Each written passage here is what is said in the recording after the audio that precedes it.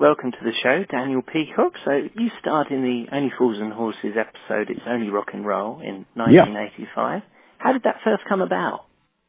Well, basically, it was quite fun. It was Ray Buck was in charge of the show at the time, and I actually worked with John Sullivan before on one of his sitcoms, and Ray Buck called me in, and I assumed it was to audition, which is fair enough because I wanted to be in Fools and Horses.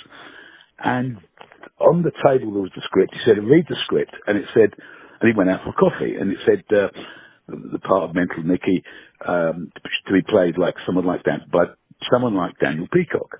And I thought, God, really? John Sullivan actually remembers me, knows me, and I was very proud and chuffed. And I also at the same time thought, well, hang on, I'm someone like Daniel Peacock, I can play this, So I went down to the coffee bar, I said, look, it says Daniel Peacock, Ray. And he said, yeah, do you want to do it? I went, of course I want to do it. And so that was it, really. And I was very chuffed that John Sullivan had actually taken the time to put my name in. So that was all rather lovely.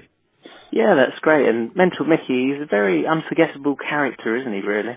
Yeah, I mean, I was in bands, nothing, local bands, pub bands, things like that, when I was in my mid to late teens, which is all, it was all great fun.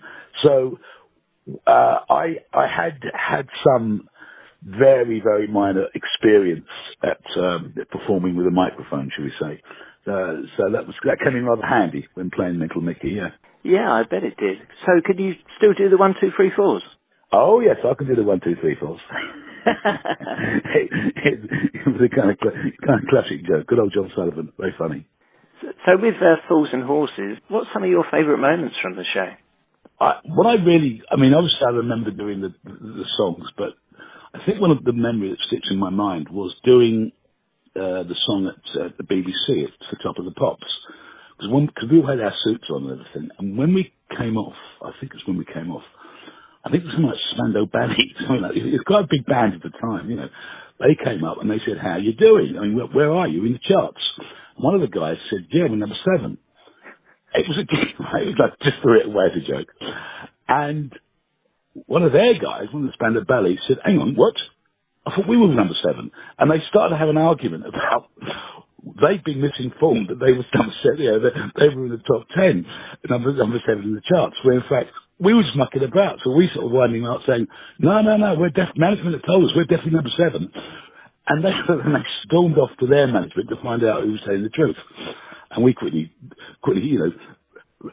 ran to the dressing rooms and locked the doors just in case we got in trouble.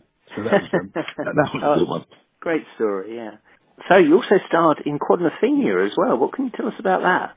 Quadrophenia, that was actually, I was 20 because we were in Brighton on my 20th birthday, I seem to remember. It was actually my first professional job. No, I tell a lie. It was my second job ever. And it was, it was just a small part, and I was, it's funny you talk about Quadrophenia and Fools and Horses, because they were such a long time ago, and yet they're two of the jobs that I do really remember vividly. Even though people do ask, as you're on now, Chris, ask about them. They were both such fun, and dare I say, both shows, obviously, one's a film, one's a sitcom, but they're both so, to this day, so loved and well remembered.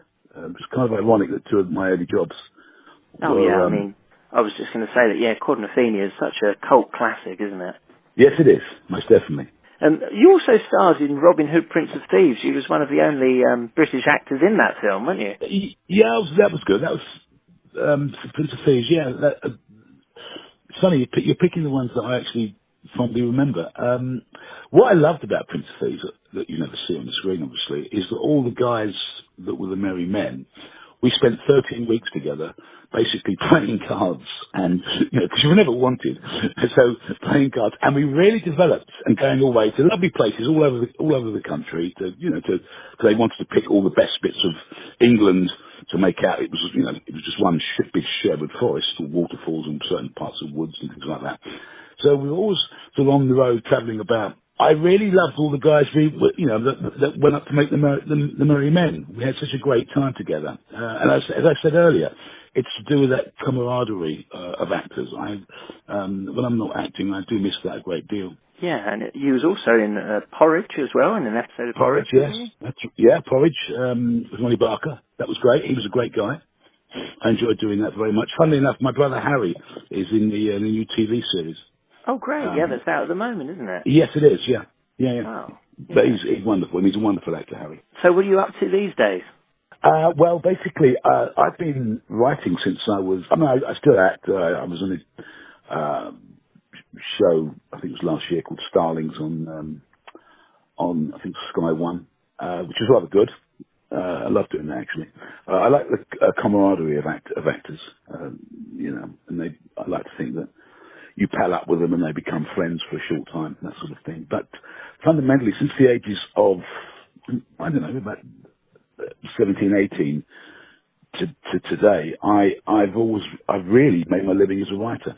And people never know this, but I've written quite a lot of shows. And last year I had a show, Marley's Ghosts, on UK TV, which went rather well. We did 2 series of that. I wrote a show called Cave Girl for BBC, CBBC rather, many years ago, about 10 years ago, something like that, 12 years ago. And that proved to be, it went down very, very well indeed. And only last year, I was approached to write the film version, which I've now written, and we're meeting the American director on, I think it's Wednesday, next week. So, but that's taken me about a year to write, so I've been locked away doing that, and I'm actually genuinely very excited about it. Great. So what can you tell us about that? What's the story? Cave Girl, the movie version is, listen, you've got to, you kind of a little bit maybe be on this interview like this now, aware of, basically it's about a cave girl it's set in primitive times, and it's sort of caveman land. It's not a documentary, it's a film. But you see her growing up, but the main chunk of the film is spent when she's about sort of 18, 19, and you see and become aware that she's actually slightly more evolved than those around her, and certainly the village elders, which they take great exception to. So she's always battling her parents and because she's cunning and witty, and she's also faster and wittier and stronger and more beautiful than anyone else. And she then has to protect the village against the bad guys of Metropolis. I mean, I don't want to say too much about it, but... Well, it's been lovely to talk to you, Daniel, and... All right, mate. Thanks a lot, Dan. Cheers, Chris.